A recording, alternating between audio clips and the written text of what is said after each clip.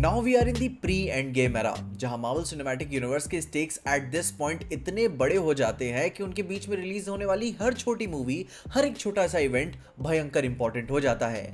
जिसमें अगर आपको हाल ही में रिलीज हुई थंडरबोल्ट्स मूवी का पोस्ट क्रेडिट याद होगा तो उसे डूम्सडे मूवी का बेसलाइन अभी क्लियर हो जाता है, जिसमें थंडरबोल्ट्स मूवी की एंडिंग के बाद से उसके पोस्ट क्रेडिट सीन में अभी तक 14 महीने बीत चुके हैं। अपनी दी न्यू एवेंजर्स में येलेना, बकी, red guardian, US agent, ghost और सेंट्री हैं, जो कि अभी वॉच टावर में हैं, जिसे हम पहले एवेंजर्स टावर्स के नाम से जान रहे थे। खैर, अब पोस्ट क्रेडिट के एंड में एक मिस्टीरियस स्पेसक्राफ्ट अर्थ पे आते नजर आता है, जिसकी ब्रांडिंग में 4 नंबर लिखा हुआ है, जो कि कंफर्म करता है कि फैंटास्टिक 4 की शिप ही है। और एक बात यहाँ पे ध्यान दो, ये पोस्ट क्रेडिट और किसी ने नहीं बल्कि रूसो ब्रदर्स ने ही शूट किया है, वो भी एवेंजर्स डूम्सडे के सेट पे। उसी के साथ फैंटास्टिक 4 के ट्रेलर में हमें ये भी नजर आता है कि एक अर्थ लाइक प्लैनेट डिस्ट्रॉय हुआ है, वहां में सेम फैंटास्टिक 4 की शिप भी इन्वॉल्व होते हुए नजर आती है। और अब तक ये कोई नई न्यूज नहीं है कि गैलेक्टस फर्स्ट स्टेप्स मूवी का मेन विलन ही होने वाला है। वो है मेन विलन, जहां अभी से ये सारी टेंशन शुरू होती है, क्योंकि इंकर्जन्स होने की चिंता मुझे अंदर ही अंदर खाए जा रही है।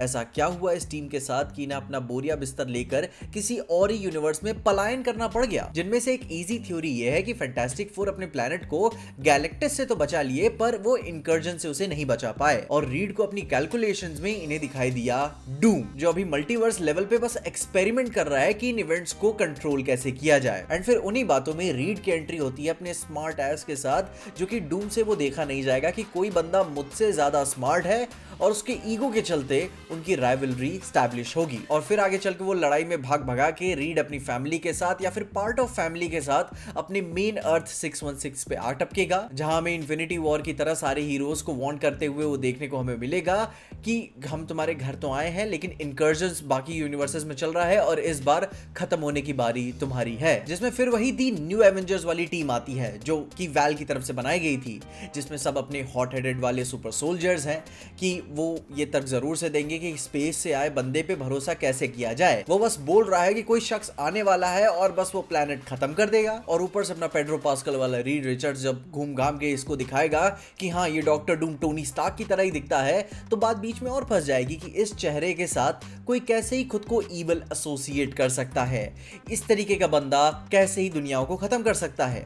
और फिर वहीं आता है एवेंजर्स सिविल वॉर का कॉल बैक। डूम के आने से पहले अपने अर्थ पे हीरोज के 2 गुट बढ़ चुके होंगे, जिनमें से एक तो दी वैल की दी न्यू एवेंजर्स वाली टीम होगी, और दूसरी तरफ अपने नए कप्तान अमेरिका यानी सैम विल्सन की आदर्शवादी एवेंजर्स टीम होगी। एंड ये डिवाइड कंटिन्यू होगा डूम के लैंडिंग तक, जहां जब दुनिया में एक मल्टीवर्स का थ्रेड परेशान कर रहा होगा उन्हें, तब अपनी हीरोज आपस में डिवाइड होकर अलग अलग लड़ रहे होंगे।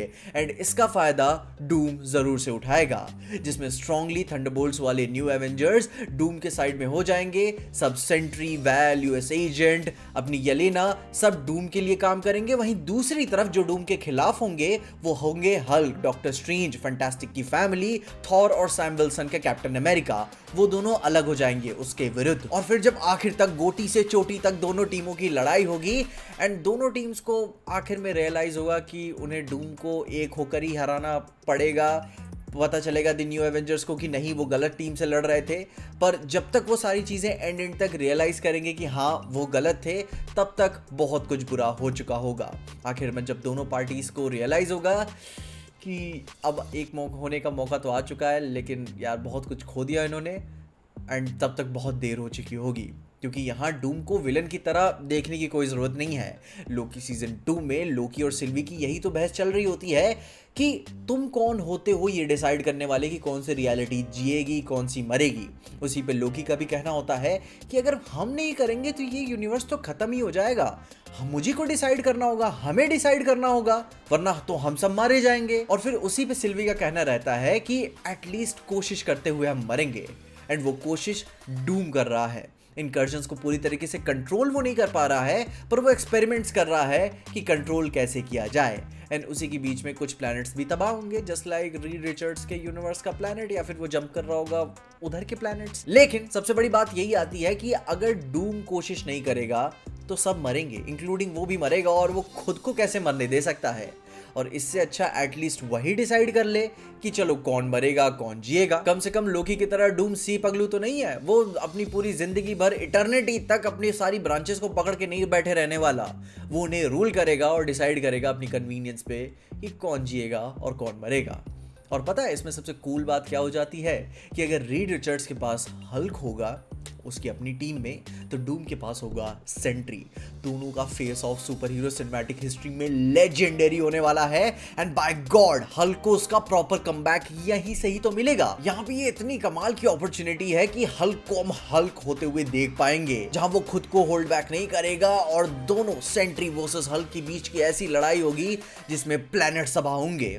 इससे बेस्ट और कुछ भी नहीं हो सकता। एंड अगर रूसो ब्रदर्स ने हल्क वर्सेस सेंट्री को पुल ऑफ कर लिया तो पूरा सुपर हीरो फैंडम उनकी पूजा करेगा। तुम इमेजिन कर रहे हो कि हल्क पूरा फुल थ्रॉटल से एक ऐसे इंसान को पीटने की कोशिश कर रहा है जिसे हराया नहीं जा सकता, और सेंट्री भी, उसे भी खुद को होल्ड बैक करने की कोई जरूरत नहीं पड़ेगी क्योंकि वो हल्क को खुल के पीट सकता है। भाई वो कहानी, वो पूरा सीक्वेंस फाइट वाला अगर दिखा दिया तो कमाल का हिस्टोरिक मोमेंट होगा। जहां भी इन्हीं बातों के अलावा ये सवाल तो क्लियर हो गया कि ये सब के पीछे तो डूम ही है, पर किसी ने यह जानने की कोशिश की कि विक्टर भाई अंदर से कैसे हैं, अंदर से क्या चीज उन्हें खाई जा रही है, क्या परेशानी है उनकी, कौन से आर्क पे चल रहे हैं अपनी जिंदगी के, कौन सा दुख तकलीफ है। और उसके बारे में हम एक और अलग डेडिकेटेड वीडियो में बात करेंगे। पर तब तक के लिए अपनी थ्योरीज एंड ओपिनियंस मुझे कमेंट्स में जरूर बताना और देखते रहना पीजे एक्सप्लेन।